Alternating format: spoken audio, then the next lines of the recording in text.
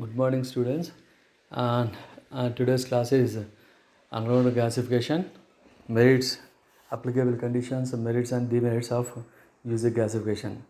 Before that, let us have a little brief of user gasification.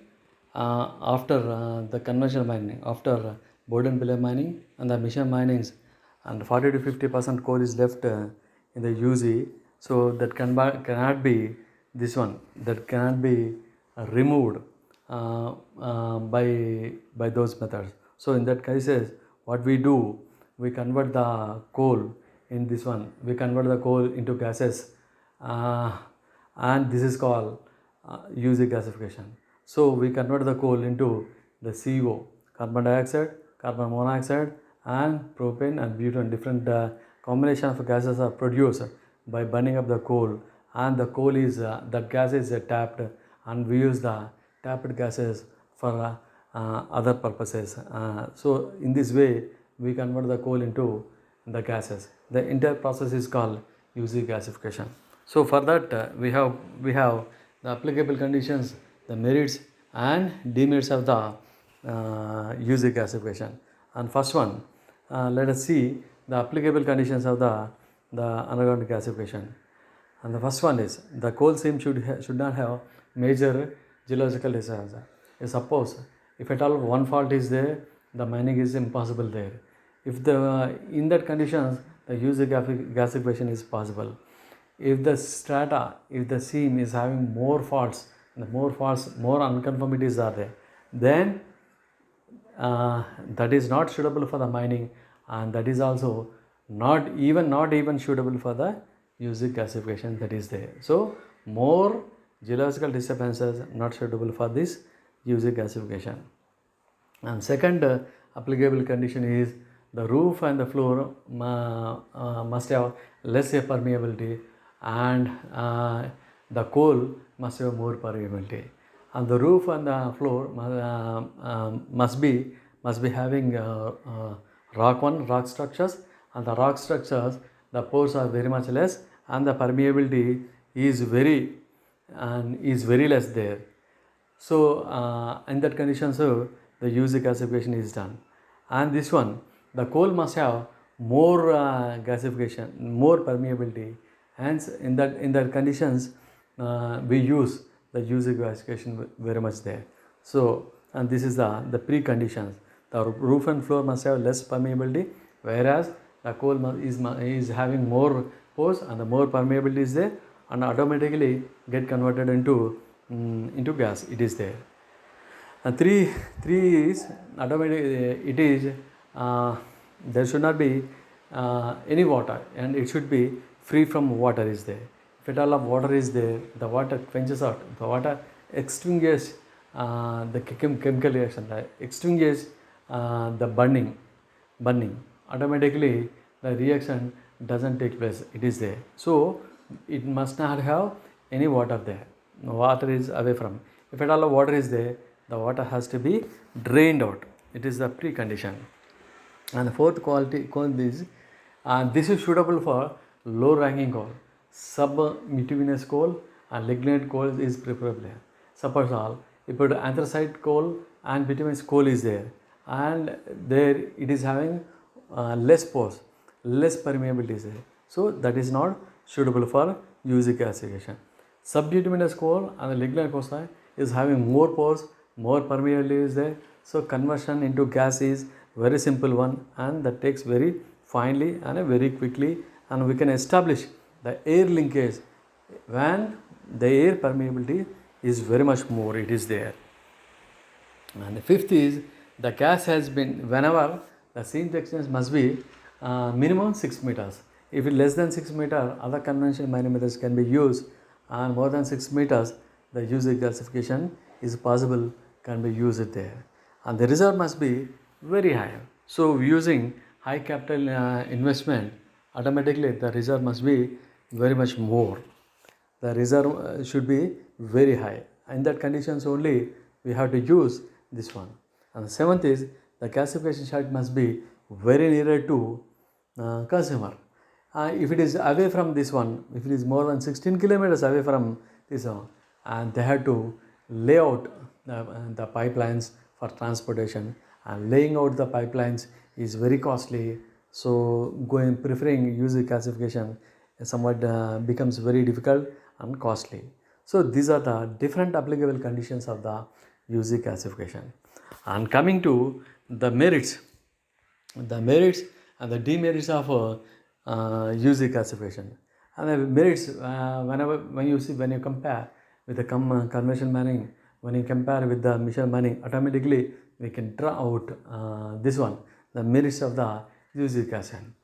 And when you see, suppose when you prefer the board and pillar method, 50% of the coal is left there.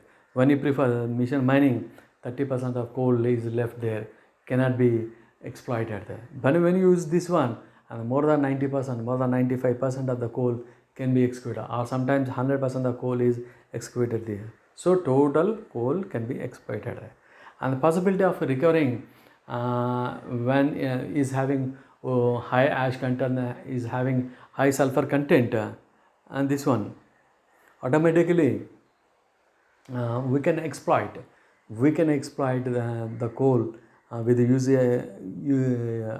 gasification is very easily, very simply, because even though under low ranking coal, hence low ranking coal also we use the UV gasification method very successfully when we can use it. And even with the high sulfur content also, there also UV gasification can be implemented. Why? Because even sulfur is also there and nothing is going to happen. In that condition also we can use this one. And the possibility of recovering, the percentage of extraction is very much more. 100%, the percentage of extraction is 100%, and the board and pillar 50% is there, and longwall mining nearly 70% is there, and with the UV gasification and 100% percentage of extraction can be extracted, it is there. And the production of the gas, conversion of the gas is very easy, and a simple, it is very simple method, and when compared to other conventional mining methods. And the transportation of the gas is done through the pipelines, and the process is very simple when compared to the mission mining, something it is there. And environmental impact, so the dust production is high, ash is produced, but the dust is less amount of dust is produced when you compare to the mission mining. When you compare to this one, and automatically less dust is produced, that is, it is have less environmental impact. What we can say, less environmental impact, that is there. If at all more dust is produced in longwall mining, the miners who are working over there are affected by the dust production and may be suffering from occupational diseases, something like that. It is there. And when you prefer board and pillar method, when you prefer the mission mining method, a lot of voids are created in the strata.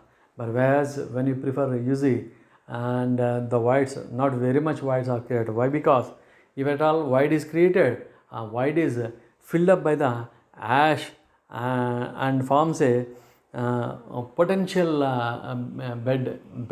potential bed is formed there. So formation, the creation of the voids is not there in the UV gasification, and when you compare with the mission mining, it is there.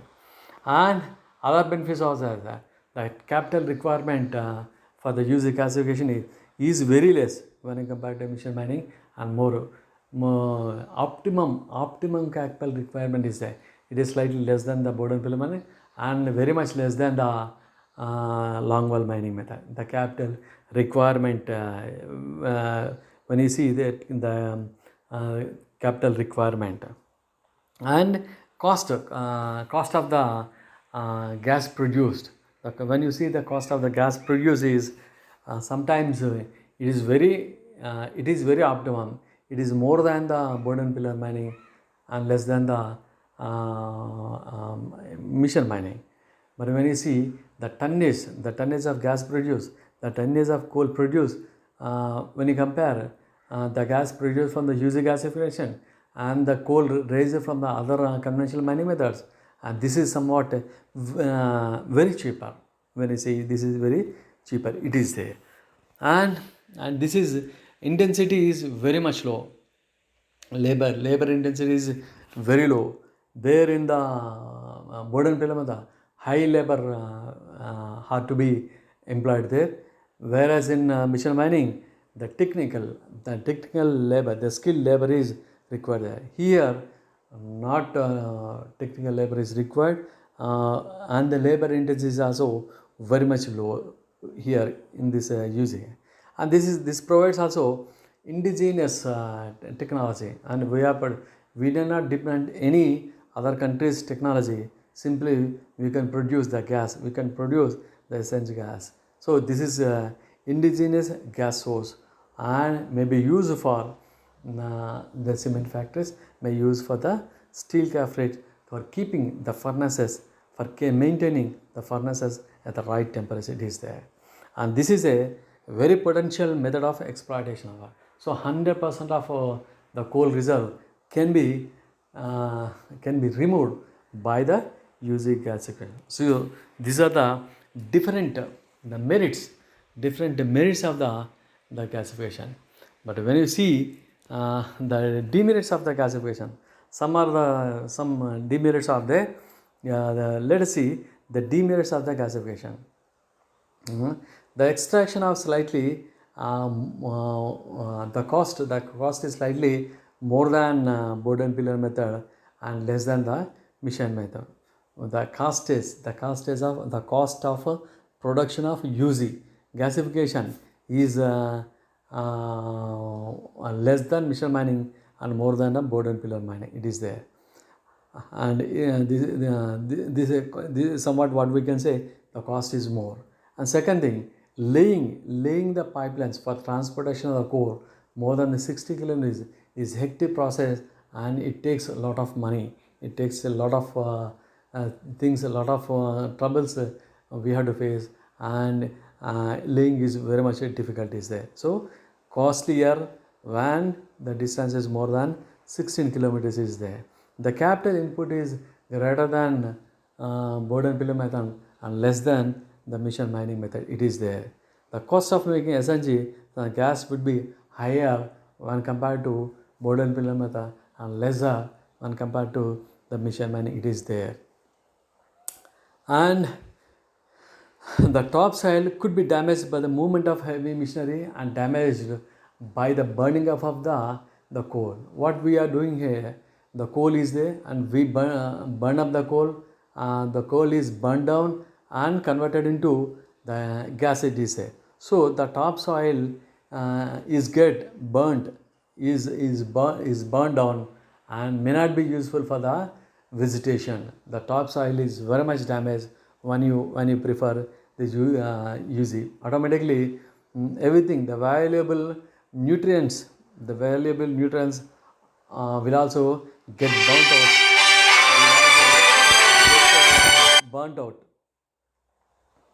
Will also get burnt out by this one, by this gas. So this is not possible. So the topsoil is automatically damaged by the movement of the machinery or by the burning of the topsoil, and may not be useful for the vegetation. It is there. And other demerit is there is a lot of noise. There is a lot of noise from drilling. Why drilling is necessary? Why? Because for laying of the borehole linkage pattern, the borehole network system, and we connect the boreholes using electrical electrodes, and that is very when the machines are running, automatically lot of noise is produced. It is there. And final the demerit is whenever this UZ gasification is reused, automatically this one automatically new skills are used, new technology has to be used, and that is the prerequisite conditions of vanilla. So these are the demerits of the gasification. Here we have seen the applicable conditions of the gasification, and the merits of the gasification, and demerits of the gasification. So these are the three things. So automatically, when you see the process of the procedure, the principle of gasification, automatically you can draw the applicable condition. Automatically you can draw the merits. Automatically you can draw the demerits of the using gasification. It is there.